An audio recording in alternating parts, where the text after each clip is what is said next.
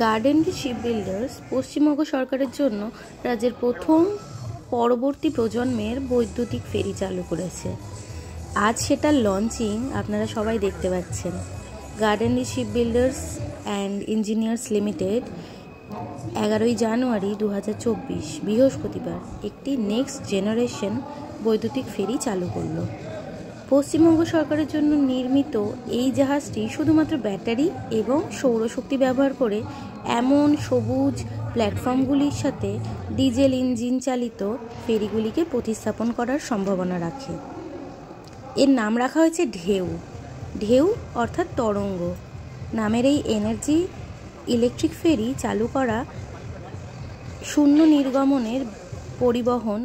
নির্গমন পরিবহনে বেশ কিছু সুযোগ তৈরি করে, যা মেরিটাইম ইন্ডিয়ার ভিশন 2030-র সাথে সামঞ্জস্য রেখে ভারতের জলপথের বৃদ্ধিতে অবদান রাখে, যা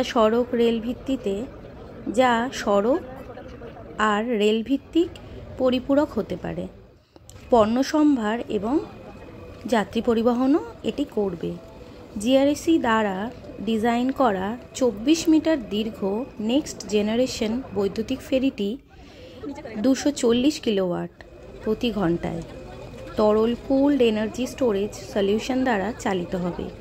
এটি আর্গোনমিক্যালি 150 যাত্রীকে শীততাপ নিয়ন্ত্রিত আরামে বহন করার জন্য ডিজাইন করা হয়েছে এবং কোনো শব্দ বা ইঞ্জিন কম্পন ছাড়াই এটি চলবে। ফেরিতে বৃহত্তর ম্যানুফ্যাকচারেবিলিটির জন্য টুইন স্ক্রু প্রপেলার এবং একটি ক্যাটামারান অ্যালুমিনিয়াম হুল থাকবে, যা 10 নট পর্যন্ত গতি অনুমতি দেবে।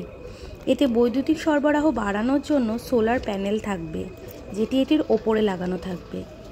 এটি যাত্রী নিরাপত্তা সম্পর্কিত ইন্ডিয়ান রেজিস্ট্রার অফ শিপিং, যাকে আমরা IRS বলি, তার সর্বশেষ শ্রেণীবিন্যাসের সোসাইটি নিয়ম মেনে চলার জন্য তৈরি করা হয়েছে।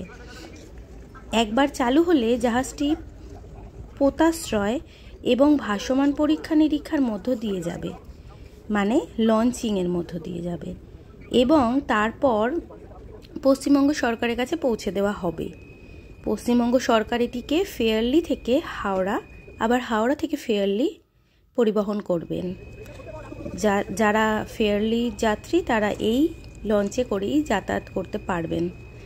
CMD PR Hari IN, chairman and managing director of GRSC, বলেছেন যে এই গ্রিন ভেসেলের লঞ্চ একটি বড় কৃতিত্ব এবং যখন ডেলিভারি করা হবে তখন ঢেউ একটি গেম চেঞ্জার হবে, যা অভ্যন্তরীণ জলপথ পরিবহন সেক্টরে বিপ্লব ঘটাবে।